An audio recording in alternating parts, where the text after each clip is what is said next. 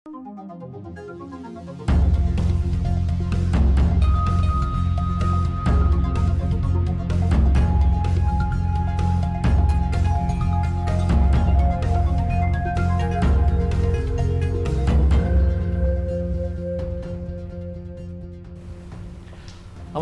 यो हो news 24 television prime time न्यूजमा स्वागत छ। पुस 5 गतेदेखि नेपालको राजनीति रामशाह पथ वरिपरि घुम्न थालेको छ। अर्थात् सर्वोच्च अदालतकै पेरिफेरीमा राजनीतिक दलहरू पुग्न थालेका छन्। तत्कालीन केपी शर्मा ओली सरकारले प्रतिनिधि सभा विघटन गरेपछि पुनर्स्थापनाको माग गर्दै कांग्रेस, माओवादी केन्द्र, तत्कालीन एमालेकै माधव कुमार नेपाल समूह अदालत पुग्यो। अदालतले पुनर्स्थापना गरिदियो। त्यो सँगै अर्को रिट निवेदनमा तत्कालीन नेकपालाई पनि पुरानै अवस्था अर्थात् एमाले र माओवादी केन्द्रका रूपमा अदालतले नै फर्काइदियो। अहिले एमाले विभाजित बनेको छ। यही पृष्ठभूमिमा आज आइपुग्दा एमाले सभामुख र निर्वाचन आयोग विरुद्ध अदालतमा पुगेको छ। यो सँगै हरेक निर्णयहरू अदालतकै भर पर्ने अवस्थामा दलहरू पुगेका छन्। सरकारले चीनसँग सीमा विवादबारे अध्ययन गर्न एउटा समिति गठन गरेको छ। यसका लागि गृह मन्त्रालयकै सहसचिवको नेतृत्वमा कार्यदल बनाइने भएको छ। चीनसँगको सीमा विवादको प्रसङ्ग केही समय अघि चर्चामा आएको थियो। अब प्राइम टाइम न्यूजका हेडलाइन्स। नेकपा एमालेले सर्वोच्च अदालतमा गर्यो 3वटा रिट निवेदन दर्ता। सभामुख अग्निप्रसाद सापकोटा र निर्वाचन आयोगको निर्णय उल्टाउन माग।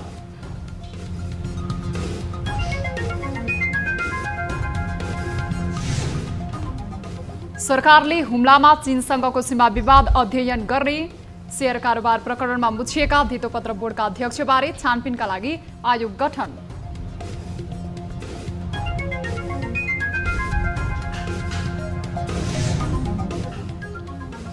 कांग्रेसमा महाधिवेशनको मिति तय भएसँगै धमाधम सभापतिको उम्मेदवारी घोषणा। संस्थापन इतर समूहले साझा उम्मेदवार छान्न सकेन।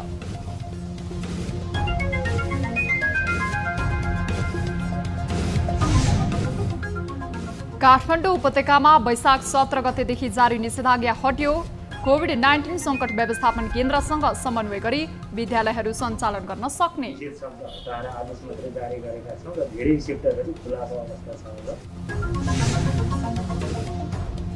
नेपाल र भारत बीचको 2 मैत्रीपूर्ण खेल हेर्न दर्शकलाई अनुमति। कोभिडको पूर्ण खोप लगाएको वा परीक्षणको रिपोर्ट नेगेटिभ आएको देखाउनु पर्ने।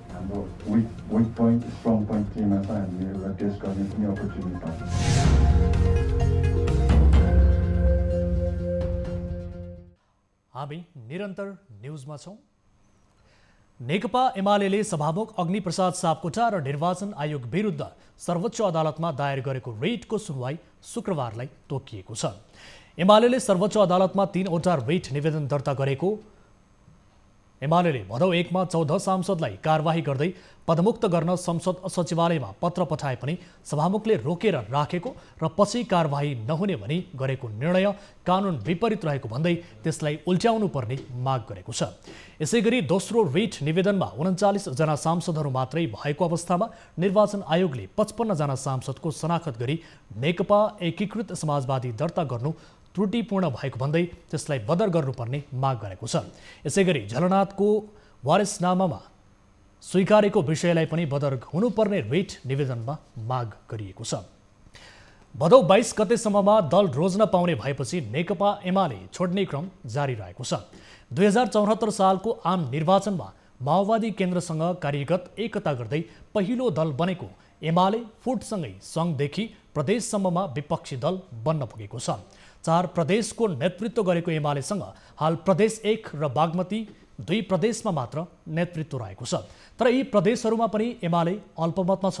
अन्तिम समयमा माधव नेपाललाई साथ दिँदै आएका भीम आचार्य र अष्टलक्ष्मी शाक्यलाई एमालेले मुख्यमन्त्री बनाए पनि उनीहरू अहिले अल्पमतमा परेका छन्। तर माधव पक्षका 2 नेतालाई एमालेमै राख्न ओली आफ्नो रणनीतिमा सफल बनेका छन्। एक रिपोर्ट।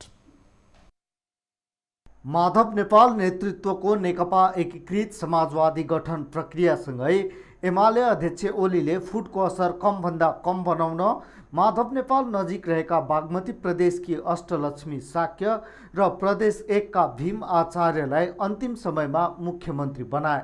तर उनीहरूले संविधानको भावना अनुसार 1 महिनाभित्र विश्वासको मत लिनुपर्ने प्रक्रिया सुरु गर्नु पूर्व नै अल्पमतमा परेका छन्। सरकारले दल विभाजन गर्न सहज बनाउने गरी ल्याएको अध्यादेश अनुसार भदौ 22 गतेसम्ममा प्रदेश सांसदहरूलाई दल रोज्न पाउने समय दिइएको छ। यही अनुसार निर्वाचन आयोगले दल रोज्न समय दिएको हो। यसले सबैभन्दा अप्ठ्यारोमा प्रदेश 1 सरकारका मुख्यमन्त्री भीम आचार्य र बागमती प्रदेशकी मुख्यमन्त्री अष्टलक्ष्मी साक्य रहेका छन्। उनीहरू दुवैजना कुनै बेला माधव नेपाल निकट मानिन्थे। अध्यक्ष ओलीले उनीहरूलाई मुख्यमन्त्री बनाएर माधव नेतृत्वको नयाँ दलमा जान रोकेका थिए। प्रदेशहरूमा एमाले र नेकपा एकीकृत समाजवादीको अवस्था। प्रदेश 1 एमाले 41 प्रदेश सभा सदस्य, नेकपा एकीकृत समाजवादी 10 प्रदेश सभा सदस्य, बहुमतका लागि आवश्यक संख्या 47 प्रदेश सभा सदस्य। बागमती प्रदेश एमाले 44 प्रदेश सभा सदस्य, नेकपा एकीकृत समाजवादी 12 प्रदेश सभा सदस्य, बहुमतका लागि आवश्यक संख्या 55 प्रदेश सभा सदस्य। प्रदेश 1 मा कुल 92 प्रदेश सभा सदस्य रहेका छन्। भदौ 10 गते एमाले प्रदेश 1 संसदीय दलको नेतामा भीम आचार्य चयन भए र सोही दिन मुख्यमन्त्रीको शपथ पनि लिए। संविधानत आचार्यले 1 महिनाभित्र प्रदेश सभाबाट विश्वासको मत लिनुपर्छ। तर एमाले विभाजन भएर बनेका नेकपा एकीकृत समाजवादीमा 10 प्रदेश सभा सदस्य आएपछि आचार्यले बहुमत सिद्ध गर्न नसक्ने भएका छन्। अविश्वासको प्रस्ताव दर्ता गर्ने भन्ने अहिले छैन। उहाँहरूले यो संख्या दर्ता भइसकेपछि अल्पमतमा परेको उहाँहरूलाई थाहा भइसकेको छ। त्यसकारणले हामी केही समय आशा गर्छौँ नैतिकताको रूपमा उहाँहरूले चाहिँ छोड्नुहुन्छ भन्ने हामी 1-2 दिन हामी प्रतीक्षा गर्छौँ। सङ्घदेखि नै बनेको काङ्ग्रेस, माओवादी केन्द्र, नेकपा एकीकृत समाजवादी, जनता समाजवादी पार्टीको गठबन्धनले नयाँ सरकार गठनको तयारी गरेकाले एमाले बहुमतका लागि 6 प्रदेश सभा सदस्य पुर्याउन सक्दैन, जसका कारण आचार्यको सरकार ढल्ने निश्चित छ। बागमती प्रदेशमा पनि भदौ 2 गते मुख्यमन्त्री बनेकी साक्यले बहुमत सिद्ध गर्न सक्ने अवस्था छैन। एमालेबाट 12 प्रदेश सभा सदस्यले नेकपा समाजवादी रोजेपछि बागमती सरकार अल्पमतमा छ। यहाँ पनि संघीय सत्तारूढ गठबन्धन नै बलियो बनेको छ।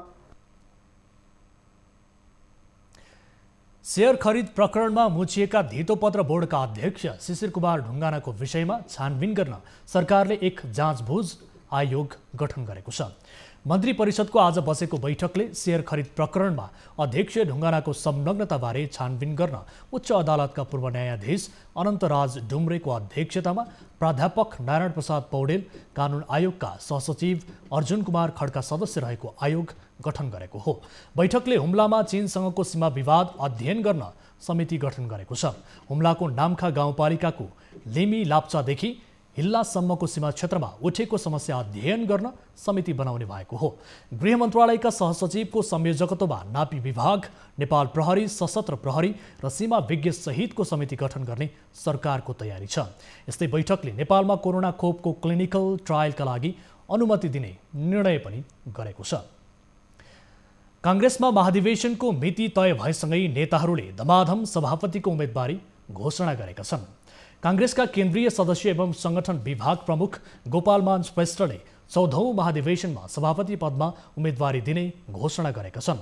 विक्रम सम्वत 2016मा नेपाल विद्यार्थी सङ्घबाट राजनीति सुरु गरेका श्रेष्ठ 4 पटक मन्त्री बनिसकेका छन् भने पार्टी उपसभापति हुँदै 2 वर्ष कार्यवाहक सभापतिको जिम्मेवारीमा रहिसके। 2061मा देउबा जेल पर्दा उनले कार्यवाहक सभापति भई 11औं महाधिवेशन गराएका थिए। त्यस्तै बुधबार पत्रकार सम्मेलन गरेर काङ्ग्रेसका केन्द्रीय सदस्य कल्याण गुरुङले पनि आसन्न 14औं महाधिवेशनमा सभापतिमा उम्मेदवारी दिने घोषणा गरेका छन्। सभापतिमा उम्मेदवारी घोषणा गरेका गुरुङले पार्टीका सबै तहमा एक व्यक्ति एक पदमा 2 पटकसम्म मात्र रहन पाउने आफ्नो अर्को एजेन्डा रहेको बताए। यसअघि पार्टी उपसभापति विमलेन्द्र निधिले पनि 14औं महाधिवेशनका लागि उम्मेदवारी घोषणा गरिसकेका छन्। उता वरिष्ठ नेता रामचन्द्र पौडेल समूहले आफ्नो समूहबाट एकल उम्मेदवार घोषणाका लागि छलफललाई तीव्रता दिएको छ। सो समूहले आज पनि छलफल गर्यो, तर एक मात्र उम्मेदवार टुङ्गो लगाउन सकेको छैन। उता सभापति शेरबहादुर देउबा निकट मानिएका नेता मेन विश्वकर्माले पार्टीको केन्द्रीय सदस्य र दलित सङ्घको अध्यक्षबाट राजीनामा दिएका छन्। उनले महाधिवेशन प्रतिनिधि चयनमा दलित समुदायलाई छुटाएको आरोप समेत लगाएका छन्। प्रदेश 2 मा जनता समाजवादी पार्टी जसपाका 10 जना सांसदहरूले प्रदेश निर्वाचन कार्यालय जनकपुर पुगेर लोकतान्त्रिक समाजवादी पार्टी लोसपाको पक्षमा शनाखत गरेका छन्। शनाखत गर्ने जसपाका सांसदहरूमा परमेश्वर शाह, जैनुल राइन, गौरीनारायण शाह, सुरिता शाह, निलम भूमि हारिन, रमेश कुर्मी, बाबुलाल शाह, अलका कुमारी झा, बबिता कुमारी चौधरी र जानकी शरण शाह रहेका छन्। लोसपा अध्यक्ष महन्त ठाकुरसँगको छलफलपछि बुधबार 10 जना प्रदेश सांसदले शनाखत गरेको बताइएको छ। लोसपामा जसपाका 14 सांसद खुलेका छन्। जसपाका 54 सांसद मध्ये 14 जना लोसपामा खुलेर शनाखत गर्न तयार रहेको र थप 4 जनालाई आफ्नो पक्षमा शनाखत गराउन प्रयास भइरहेको बताइएको छ। निर्वाचन आयोगले दल रोज्नका लागि जनप्रतिनिधिलाई भदौ 22 गतेसम्मको समय तोकेको छ।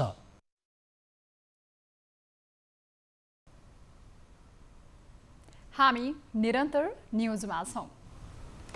प्रधानमन्त्री शेरबहादुर देउवाले प्रमुख प्रतिपक्ष नेकपा एमालेका अध्यक्ष केपी ओलीसँगको सम्बन्ध सुधारको प्रयास थाल्नु भएको छ। ओलीसँग सम्बन्ध सुधारका लागि देउवाले आफ्ना दूतका रूपमा कानुन न्याय तथा संसदीय मामिला मन्त्री ज्ञानेन्द्र कार्कीलाई खोटाउनु भएको छ। देउवाले जिम्मेवारी दिए लगतै कार्कीले पनि ओली र उहाँ निकट नेताहरूसँग भेटघाट थाल्नु भएको छ। मंगलबार एमाले अध्यक्ष ओलीसँग कार्कीले उहाँकै निवासमा भेटेर संसदमा एमालेले सकारात्मक भूमिका खेलिदिन आग्रह गर्नुभएको थियो। बजेटको प्रतिस्थापन विधेयक ल्याउन संसद बोलाउने तयारी गरिरहेको सरकारलाई एमालेले संसद अवरोध गर्छ कि भन्ने डर छ। ओलीलाई भेट्न जानुअघि कार्कीले एमाले संसदीय दलका उपनेता सुभाष नेङमाङसँग भेट गर्नुभएको थियो। यसलाई राजनीतिक विश्लेषक हरि रोकाले राम्रो संस्कार भएको बताउनु भएको छ।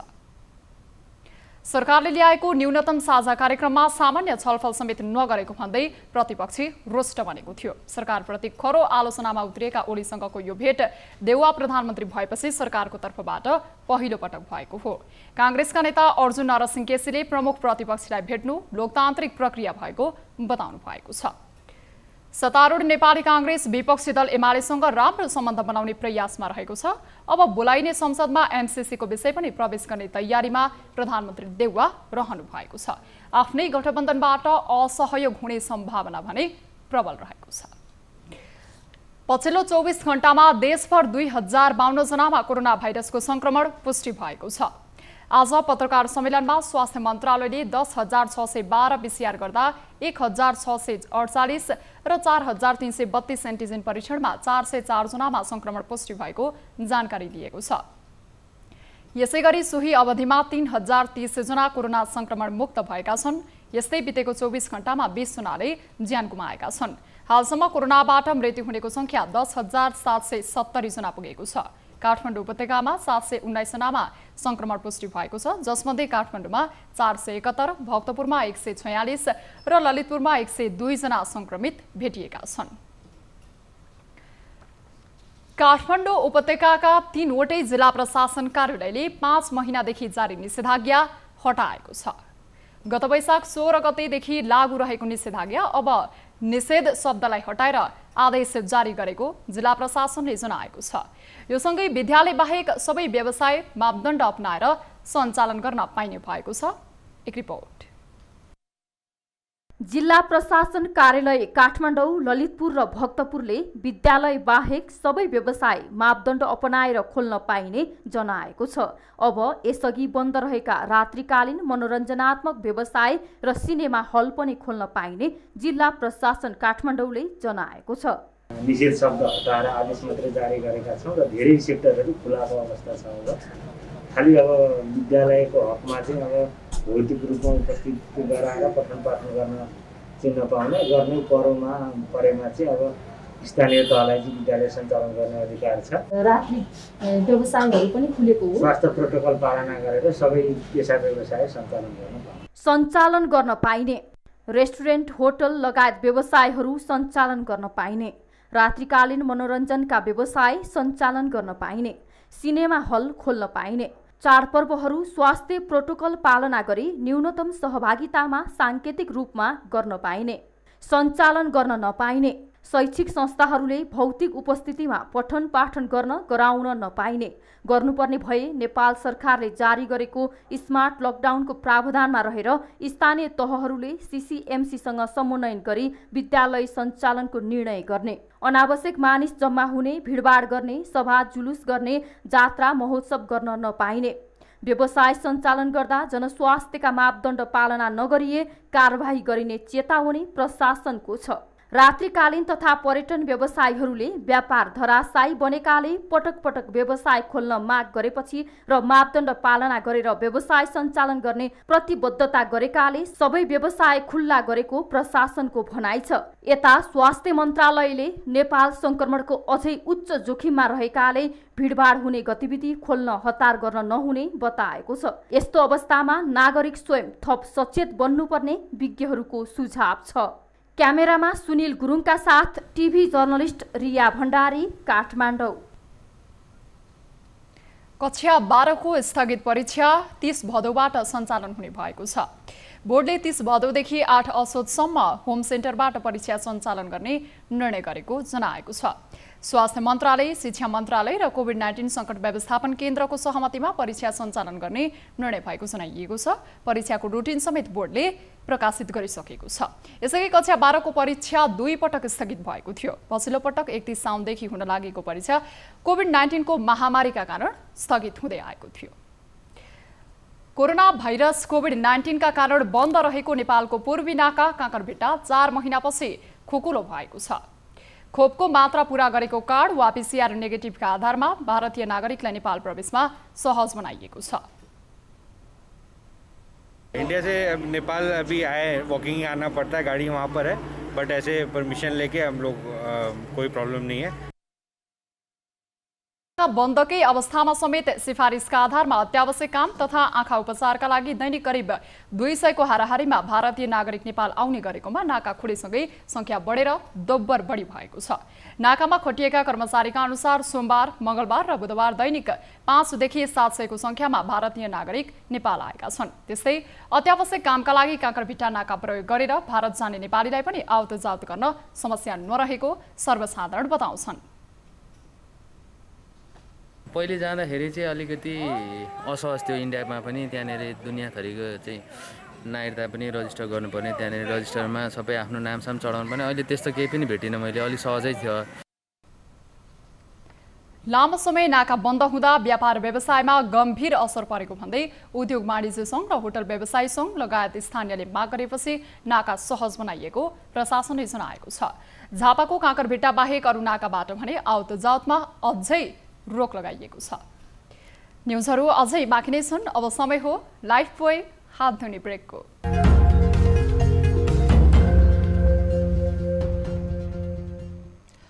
हामी निरन्तर न्युजमा छौं। स्वास्थ्यकर्मी र कर्मचारीलाई अस्पताल प्रशासनले स्पष्टीकरण सोधेपछि रूपन्देहीको भैरहवा स्थित भीम अस्पतालका कर्मचारी आमरण अनसनमा बसेका छन्। मंगलबार अस्पताल विकास समितिले कोरोना महामारीका बेला अस्पताललाई आर्थिक तथा अक्सिजन र सिलिन्डर सहयोग गर्ने दाताहरूलाई सम्मान गरेको थियो। उक्त सम्मानको विषयलाई लिएर अस्पतालका कर्मचारीले सामाजिक सञ्जाल मार्फत विरोध गरेका थिए।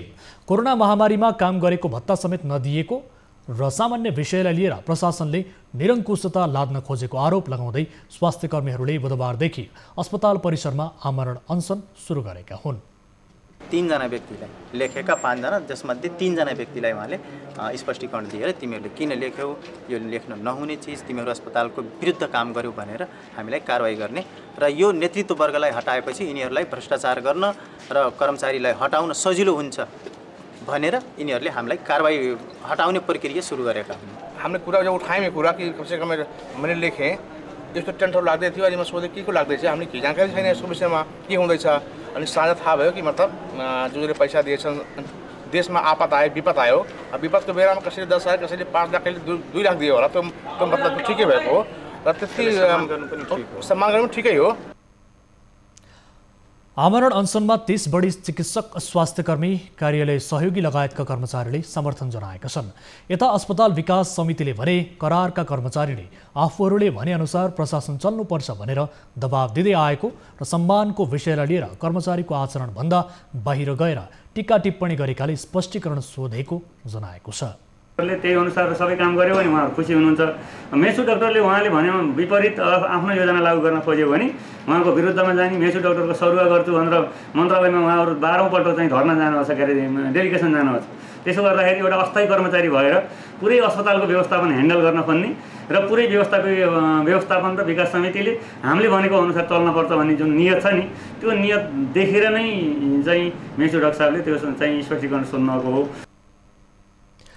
आन्दोलित कर्मचारीले मेडिकल सुपरिन्टेन्डेन्ट डाक्टर शकुन्तला गुप्ताको राजीनामा समेत माग गरेका छन्। स्वास्थ्य सेवा प्रभावित नहुने गरी अनसन बसेका कर्मचारीले माग पूरा नभए सम्पूर्ण काम ठप्प पारेर आन्दोलन गर्ने चेतावनी समेत दिएका छन्।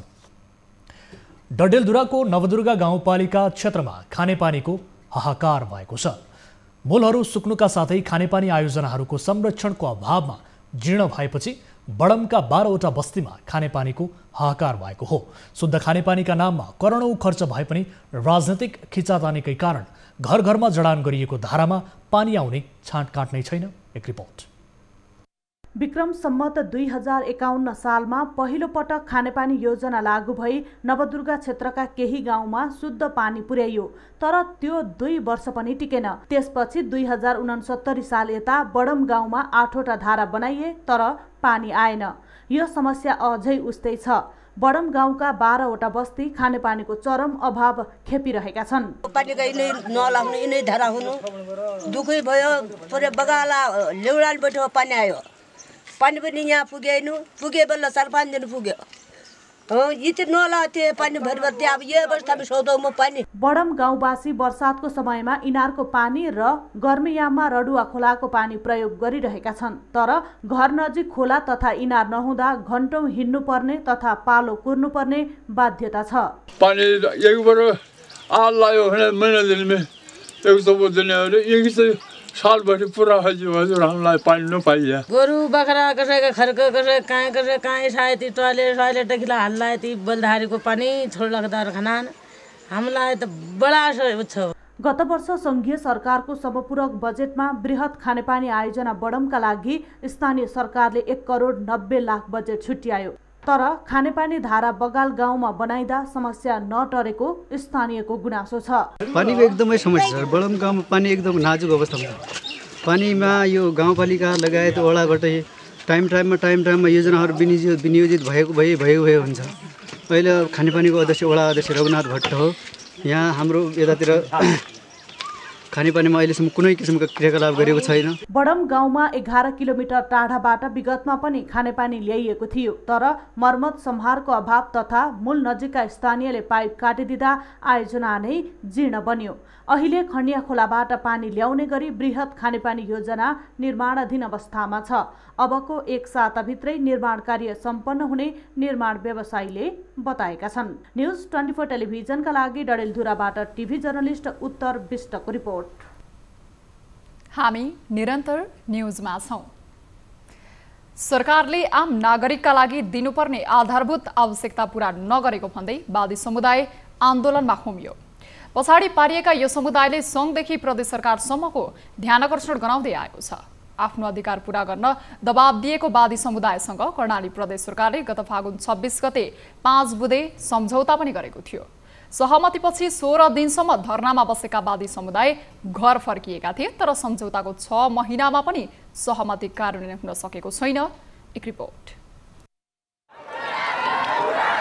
कर्णाली प्रदेशमा रहेका वादी समुदायको उत्थान र विकासका लागि 2 महिनाभित्र तथ्यपरक प्रतिवेदन पेश गर्न प्रदेश सरकारले 3 सदस्यीय कार्यदल गठन गर्ने चालु आर्थिक वर्ष 2078-79 को बजेटमा नाना खाना र छाना कार्यक्रम अन्तर्गत वादी समुदायका लागि यही आर्थिक वर्षमा थप कार्यक्रम सञ्चालन गर्ने सहमति भएको थियो। शिक्षा, स्वास्थ्य, रोजगारी, कला, संस्कृति, सिपमूलक तालिम तथा आय आर्जनका विषय समावेश गर्ने वादी समुदायका युवा व्यवसायीलाई सिपमूलक तालिम तथा घुम्ती कोष खडा गरी 10 लाखसम्मको ऋणमा ब्याज अनुदान व्यवस्था गर्ने पनि सहमति भएको थियो। सरकारले सहमति भएका कुनै पनि माग पूरा नगरेको वादी समुदाय संघर्ष समितिको भनाइ छ। सहमतिमा हामीले आन्दोलन फिर्ता लग्यौं, तर 5 बुद्धे शपथ कुनै पनि कार्यान्वयन चाहिँ भएन। 6 महिना बितिसक्यो। वादी समुदायसँग भएको सम्झौता कार्यान्वयन गर्न कर्णाली प्रदेश सभाको सामाजिक विकास समितिले सरकारलाई 2 पटक निर्देशन दिइसकेको छ। समितिको निर्देशनको समेत सरकारले बेवास्ता गर्दै आएको छ। समितिलाई दिएको आश्वासन हामी गर्छौं भनेको छ सरकारले र उहाँहरूले वादी समुदायसँगै गरेको सम्झौताको कार्यान्वयनको अवस्था स्थितिको बारेमा हामी फेरि पनि अनुगमन गर्छौं र निर्देशन दिन्छौं। प्रदेश सरकारको तर्फबाट भूमि व्यवस्था, कृषि तथा सहकारी मन्त्रालयका सचिव डाक्टर राजेन्द्र मिश्रले सम्झौतामा हस्ताक्षर गर्नुभएको थियो। सम्झौतापछि सरकारले चालु आर्थिक वर्षका लागि नयाँ बजेट ल्याएर कार्यान्वयन गरिएको छ, तर वादी समुदायको मागलाई उचित रूपमा सम्बोधन गरेको छैन। यता सरकारले भने चालु आर्थिक वर्षको बजेटमा वादी समुदायको मागलाई समेटेको दाबी गरेको छ। पछौटेपनलाई अगाडि बढाउनका लागि बजेटको तर्जुमा गरेको छ। वादी समुदायले भने सम्झौतामा उल्लेख गरिएका कुरा कार्यान्वयन नगरे पुनः आन्दोलन गर्नुको विकल्प नभएको बताउँदै आएका छन्। न्युज 24 टेलिभिजनका लागि सुर्खेतबाट टिभी जर्नलिस्ट गोविन्द खत्रीको रिपोर्ट। न्युजहरू अझै बाँकी नै छन्। अब समय हो लाइफ बोय हात धुने ब्रेकको।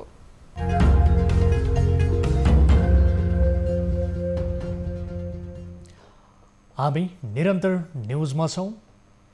अब बिजनेस न्युज।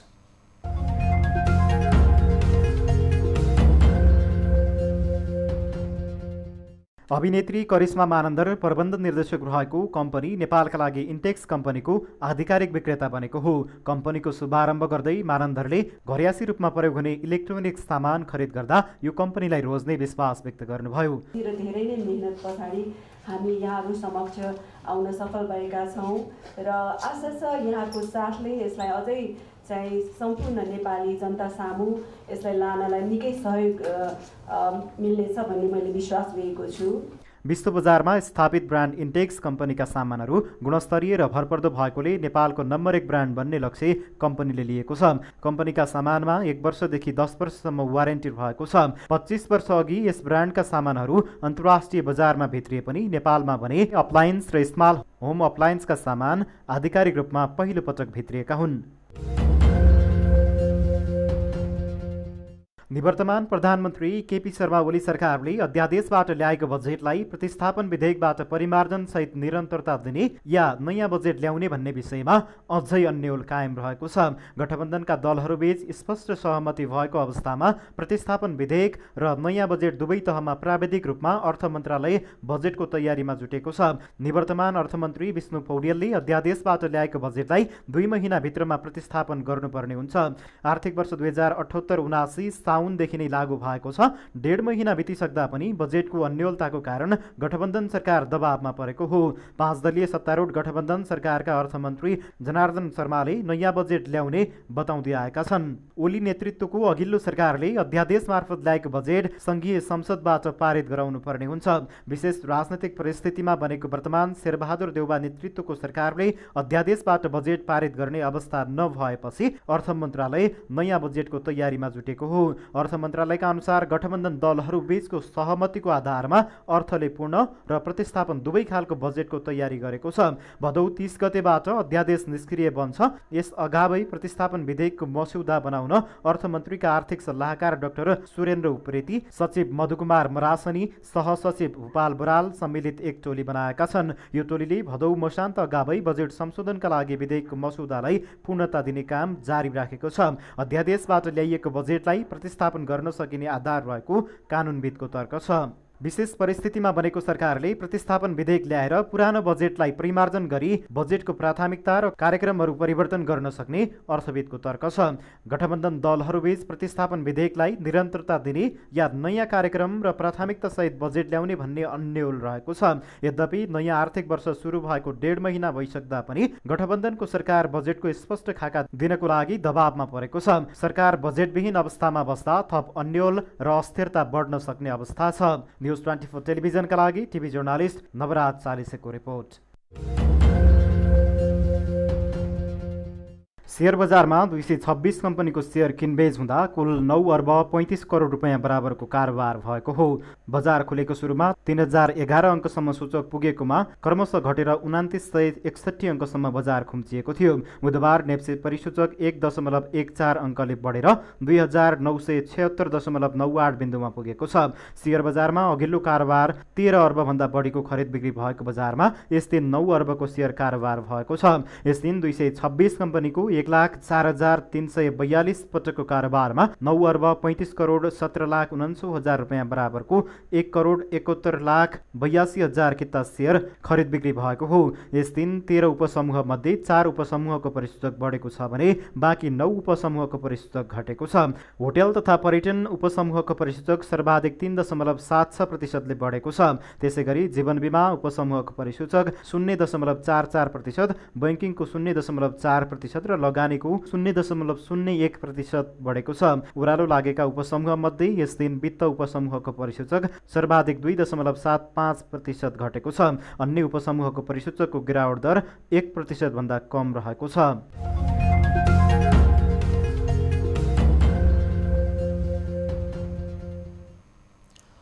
अब स्पोर्ट्स न्यूज।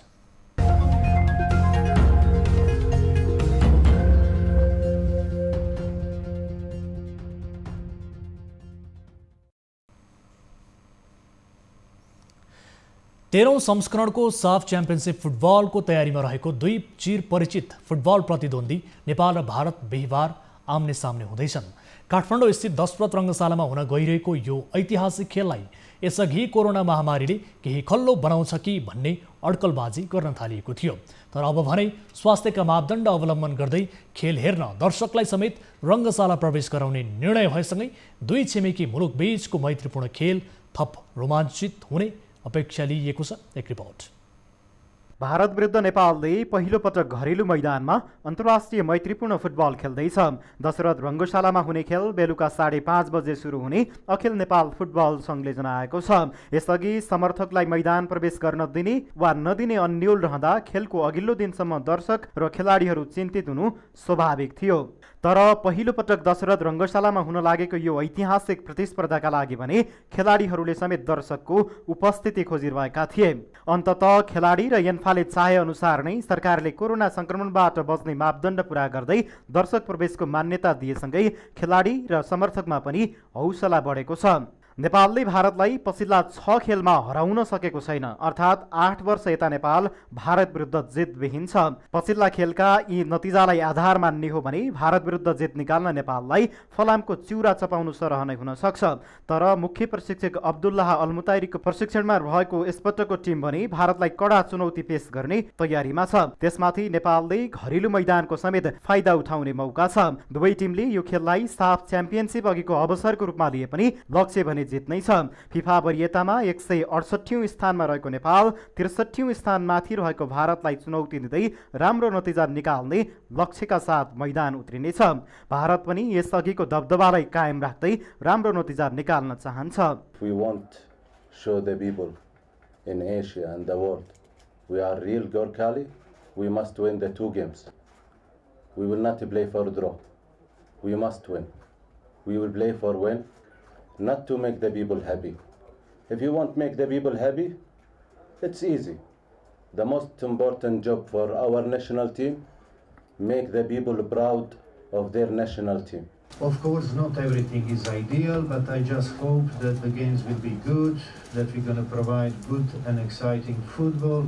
घरेलु मैदानमा नेपाली खेलाडीमा राम्रो प्रदर्शन गर्ने चुनौती र जिम्मेवारी त छ नै, त्यसमाथि समर्थकको साथ पनि खेलाडीका लागि ऊर्जा बन्ने निश्चित छ। राष्ट्रिय फुटबल टिमका कप्तान किरण चेम्जोङ प्रतियोगिताका लागि राम्रो तयारी भएको बताउँछन्। म्याच काउन्टिङ हुन्छ किनकि फिफा डेटमा हुन गइरहेको छ र रिजल्ट हाम्रो लागि एकदमै इम्पोर्टेन्ट छ र डेफिनेटली हामी रिजल्टको लागि खेल्नेछौँ र रिजल्ट आफ्नो ठाउँमा छ। तर यो म्याचले गर्दाखेरि चाहिँ हाम्रो विक पोइन्ट स्ट्रङ पोइन्ट केमा छ हामीले एउटा टेस्ट गर्ने पनि अपर्च्युनिटी पाएको छौँ। त्यस्तै भारतीय टोलीका कप्तान सुनिल छेत्रीले नेपालसँग खेल्नु सधैँ कठिन हुने बताएका छन्। नेपाली मूलका कप्तान छेत्रीले नेपाली भाषामा आफ्नो बाल्यकालको स्मरण समेत गर्दै यो खेल ऐतिहासिक हुने बताए। फर्स्ट अफ अल सरी भन्न चाहन्छु, राम्ररी नेपाली बोल्नु आउँदैन, बुझ्नु चाहिँ राम्ररी बुझ्छु। मम्मी यहाँबाट हुनुहुन्छ, सी वाज इन बौद्धधाम एन्ड ड्याडीपट्टिको पनि सबैजनाहरू यहीँबाट हुनुहुन्थ्यो। मेरो मामाहरू यहीँ बस्नुहुन्छ काठमाडौँमा। चिरपरिचित प्रतिद्वन्दी भारत र नेपाल विगतमा 19 पटक एक अर्का विरुद्ध मैदान उत्रदा भारतले 13 खेल जितेको छ। नेपालले 2 पटक जितेको छ भने 4 खेल बराबरीमा समाप्त भएका छन्। तर अहिलेको नेपाली फुटबल टोलीमा धेरै सकारात्मक परिवर्तन आइसकेको छ। भारत विरुद्धको खेल त्यो पनि फुटबल बुझ्ने होस् वा नबुझ्ने, जो कोहीले पनि भारत विरुद्धको खेललाई खेलको रूपमा मात्र होइन, एक छिमेकी मुलुकसँग जोडिएका अनेकन विवादको प्रतिशोधका रूपमा हेर्न सक्छन्। तर खेलकुदमा त्यो भावना भने पक्कै पनि हुनु हुँदैन र रहनु हुँदैन, किनभने खेलकुदले एकताको सन्देश बाँड्छ। न्युज 24 टेलिभिजनका लागि क्यामेरामा मदन सापकोटाका साथ TV journalist Upendra psycho report. अब 24 वेदर्स।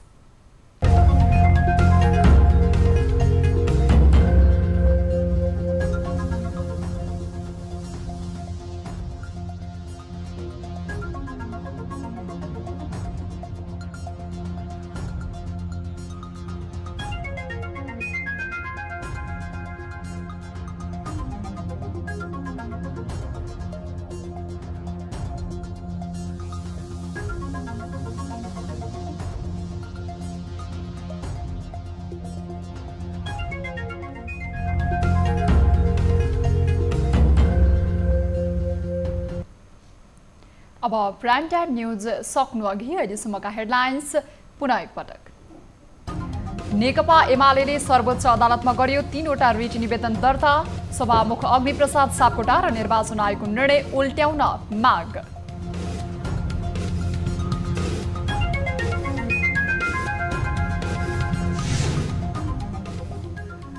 सरकारले हुम्लामा चीनसँगको सीमा विवाद अध्ययन गर्ने, शेयर कारोबार प्रकरणमा मुछिएका धितोपत्र बोर्डका अध्यक्षबारे छानबिनका लागि आयोग गठन।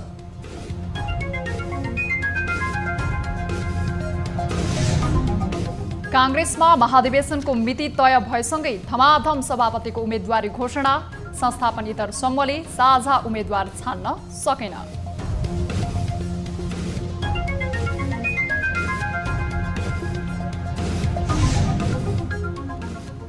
काठमाडौँ उपत्यकामा वैशाख 17 गतेदेखि जारी निषेधाज्ञा हट्यो। कोभिड-19 सङ्कट व्यवस्थापन केन्द्रसँग समन्वय गरी विद्यालयहरू सञ्चालन गर्न सक्ने। जारी गरेका छौँ र धेरै सेक्टरहरू खुलाको अवस्था छ। र नेपाल र भारत बीचको 2 मैत्रीपूर्ण खेल हेर्न दर्शकलाई अनुमति। कोभिडको पूर्ण खोप लगाएको वा रिपोर्ट नेगेटिभ आएको देखाउनु पर्ने। हाम्रो विक पोइन्ट स्ट्रङ पोइन्ट केमा छ हामीले एउटा टेस्ट गर्ने पनि अपर्च्युनिटी पाउँछ।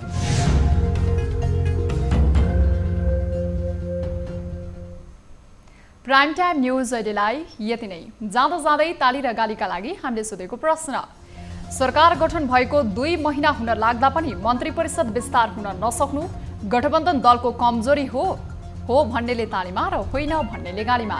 हाम्रो पात्रको एपमा गई भोट गर्नुहोला।